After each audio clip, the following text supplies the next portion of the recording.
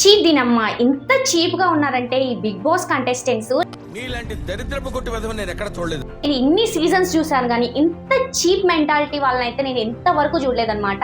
ఈ సీజన్ వచ్చిన కాడ నుండి నాకు బిగ్ బాస్ మీద ఇంట్రెస్ట్ పోతుంది, ఇంట్రెస్ట్ చచ్చిపోతుంది, చూడబుద్ధి కూడా కావట్లేదు అన్నమాట. ఎందుకు పుడతారో కూడా తెలియదండి మనుషులు, కొంతమంది బేసిక్ సెన్స్ ఉండదు మనుషుల దగ్గర. ఏంటి తిండి కోసం ఇంత దొంగతనాలు చేయాలా? అసలు ఆల్రెడీ చెప్పేశారు దొంగతనాలు ఇక ఈ హౌస్ లో నాట్ అలౌడ్, ఇక బోర్డు వేస్తాము, అసలు ఇక దొంగతనాలు చేయొద్దు అని చెప్పాక కూడా ఇంత చీప్ గా మరి మిగిలినవి కూడా కాదు, పులిహోరను కూడా దొంగతనం చేయడం ఏంటంటే అండి ఏంటిది? మీరు నేషనల్ టెలివిజన్ లో ఉన్నారు, అందరూ మిమ్మల్ని చూస్తున్నారు, ఎందుకు ఇంత చీప్ మెంటాలిటీ పనులు చేస్తున్నారో నాకైతే అర్థం కావట్లేదు అనమాట. నేను ఎవరి గురించి చెప్తున్నానో మీ అందరికీ గుర్తే ఉంటుంది, అందరికి ఐడియానే ఉంటుంటది. అసలు పులిహోరని మళ్ళీ ఒక క్లాత్ లో తెచ్చుకొని ఆ క్లాత్ లో వేసి మళ్ళీ మూట కట్టి మళ్ళీ దాచుకొని తినడం అసలు ఎంత చీప్ గా, అంత అసలు ఈ మెంటాలిటీ నేనైతే ఇంతవరకు ఎవ్వరికి చూడలేదన్నమాట. అసలు ఎంత గలీజ్గా ఉందంటే, ఎంత గలీజ్గా పోర్ట్రేట్ అవుతుందంటే, మరీ ఇట్లా తినడం ఎందుకండి? ఒకవేళ దాచుకొని తింటున్నారంటే అసలు ఆల్రెడీ చెప్పారు ఎవరి ఫుడ్ వాళ్ళే తినాలి అని చెప్పినా కూడా ఎందుకు ఇట్లా చేస్తున్నారో నాకైతే అర్థం కాలేదు. అండ్ మోర్ ఓవర్ దొంగతనాలు కూడా చేయొద్దని చెప్పారు. ఇలా ఫుడ్ని నాప్కిన్లో అలా క్లాత్లో కట్టుకొని తినడం అనేది నాకైతే అస్సలు నచ్చలేదు అనమాట. అసలు నిజంగా నాకు ఎంత వరస్ట్ అనిపిస్తుంది అంటే అంత వరస్ట్ అనిపిస్తుంది సంజన గారి విషయంలో. అసలు ఎందుకు ఇంత చీప్ పనులు చేస్తున్నారో నాకైతే అర్థం కావట్లేదు. అసలు ఈ బిగ్ బాస్ షోని అసలు నేను ఎందుకు చూస్తున్నాను అనే ఫీలింగ్ అయితే తెస్తున్నారనమాట. సో చెయ్యాలి, ఎంటర్టైన్ చేయాలి, ఇక వేరేది ఏది లేదా, ఇక ఎంటర్టైన్ చేయడానికి ఇంకేమి లేదా, ఏదో ఒక స్కిట్ ఏదో ఒకటి చేసుకోవచ్చు కదా. అసలు ఎందుకు ఇట్లా చేస్తున్నారో నాకైతే నిజంగా అర్థం కావట్లేదు అనమాట. అసలు ఇంత చీప్ గా అంటే అంత చీప్ అనమాట. ఇదంతా కూడా నిన్న జరిగిందే, మీరు అందరు చూసారో చూడలేదో కానీ నాకైతే ఇది కళ్ళబడ్డది అనమాట. నాకైతే అసలు మాట్లాడాలంటే కూడా ఎట్లనో ఉంది. ఊకే ఏం మాట్లాడతాం వీటి గురించి, ఊకే ఎన్నిసార్లు చెప్తాం చెప్పండి? ఒక్కసారి చెప్తాం, 2 సార్లు చెప్తాం, కుక్కతో ఒక వంకరే అన్నట్టు ఎప్పుడు ఇలాంటి పనులు చేస్తే ఎంత చీప్ ఉంటుందంటే, నేషనల్ టెలివిజన్ లో మీరు ఎలా పోర్ట్రేట్ అవుతున్నారో చూసుకోవద్దా ఫస్ట్. నాకైతే నిజంగా అర్థం కావట్లేదు అనమాట. అండ్ మోర్ ఓవర్ గా మాట్లాడుకోవాల్సింది శ్రీజ విషయంలో నిజంగా అన్యాయం జరిగింది. నాకు అర్థమైంది ఏంటంటే, సో శ్రీజాని ఒకవేళ ఇప్పుడు తనకి ఛాన్స్ వస్తుంది, తను ప్రూవ్ చేసుకుంటది, ఆల్రెడీ తను బాగా ఆడే అమ్మాయి, సో తనకి ఒకవేళ ఛాన్స్ వస్తే ఇంకా ప్రూవ్ చేసుకుంటే మిగిలిన వాళ్ళు ఎవరు కానరారు, తనే మళ్ళీ పోర్ట్రేట్ అవుతుంది, మంచిగా పోర్ట్రేట్ అవుతుంది అనుకున్నారో లేదో నాకైతే తెలియదులే కానీ సో అదే కనపడుతుంది అనమాట. ఇక్కడ పవన్ అయినా కూడా కళ్యాణ్ అయినా కదా టార్గెట్ చేశారనమాట శ్రీజాని. సో స్ట్రాంగ్ ప్లేయర్ తనని ఎలిమినేట్ చేసేస్తే తనకి ఇక గేమ్ ఆడడానికి ఉండదు, ఇక మంచిగా మనకు పోటీ ఉండదు, హ్యాపీగా ఆడుకోవచ్చు అనుకుంటున్నారో అసలు ఏం చేస్తున్నారో నాకైతే అర్థం కాలేదన్నమాట. రాక కొంచెం ఒక ఛాన్స్ వచ్చింది, ఆడుకోనియండి రా బై, ఎందుకు ఇట్లా తనని నొక్కేస్తున్నారో నాకైతే అర్థం కాలేదన్నమాట.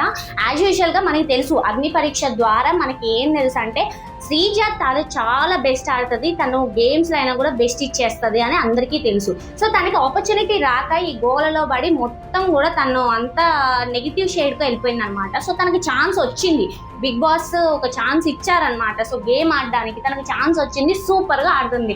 కానీ ఈ పవన్ అయినా కళ్యాణ్ అయినా కూడా తనని టార్గెట్ చేసి పక్కకు తోసేయడం అయితే నాకు నిజంగా నచ్చలేదు అనమాట. అండ్ మోర్ ఓవర్ గా మాట్లాడుకోవాల్సింది ఈ పవన్.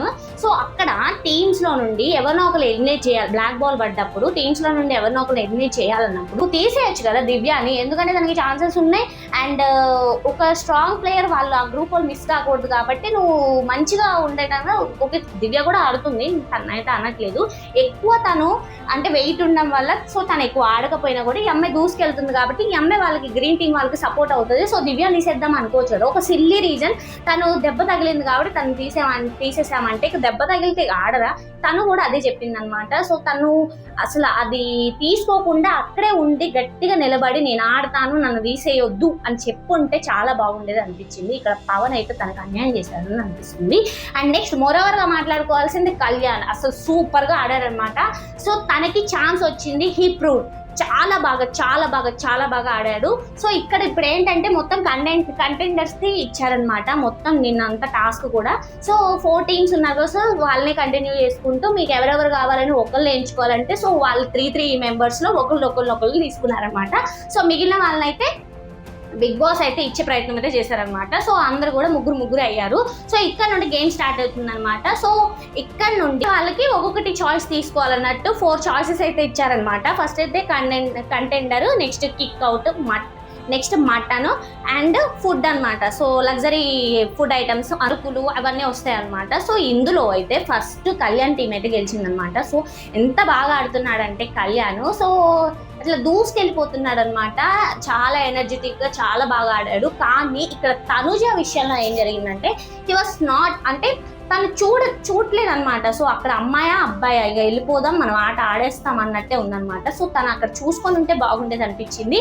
కానీ ఇక్కడ తనుజ ఇక్కడ గయ్య ఎగరడం నాకైతే నిజంగా నచ్చలేదు.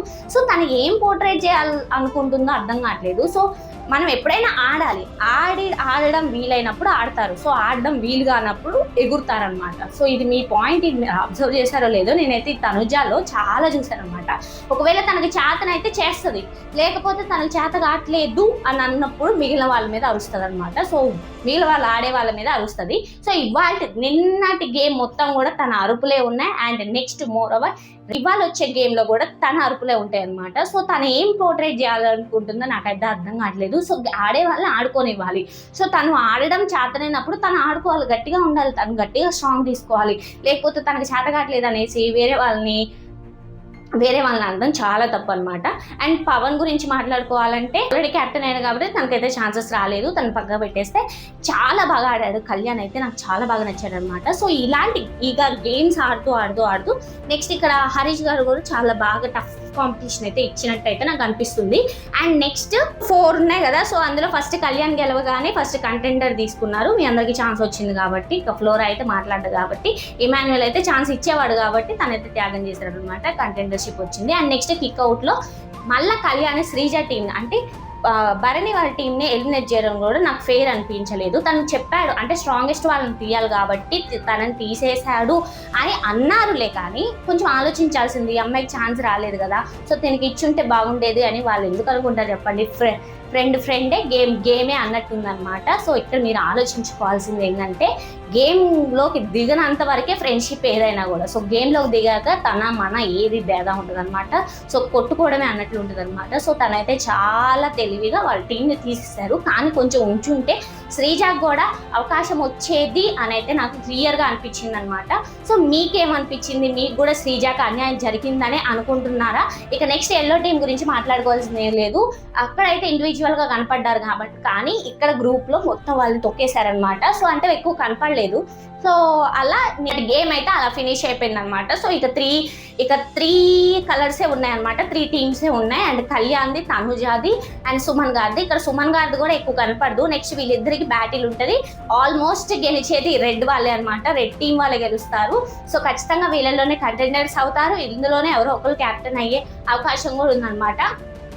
సో ఇక అదిగా నిన్నటి రివ్యూ వచ్చేసి, మరి మన రివ్యూ మీకు ఎలా అనిపించిందో కామెంట్ చేయడం అసలు మర్చిపోకండి. ఇక్కడ ఏంటంటే మనకు అనిపించింది కరెక్ట్గా మాట్లాడాలి అంతే. ఇక మనం వాళ్ళేమనుకుంటారో వీళ్ళేమనుకుంటారో అనేది మనకు అస్సలు ఉండకూడదు అనమాట. సో మనకి మనసులో ఏమనిపిస్తుందో నోట్లో నుండి మన గొంతులో నుండి అదే రావాలి అనేది నేనైతే ఫాలో అవుతున్నాను. సో మీరు కూడా అది కరెక్టే అంటారా, కరెక్ట్ కాదనుకుంటారా కూడా కామెంట్ చేయడం అస్సలు మర్చిపోకండి. ఇక రేపు రివ్యూతో కలుసుకుందాం. బాయ్.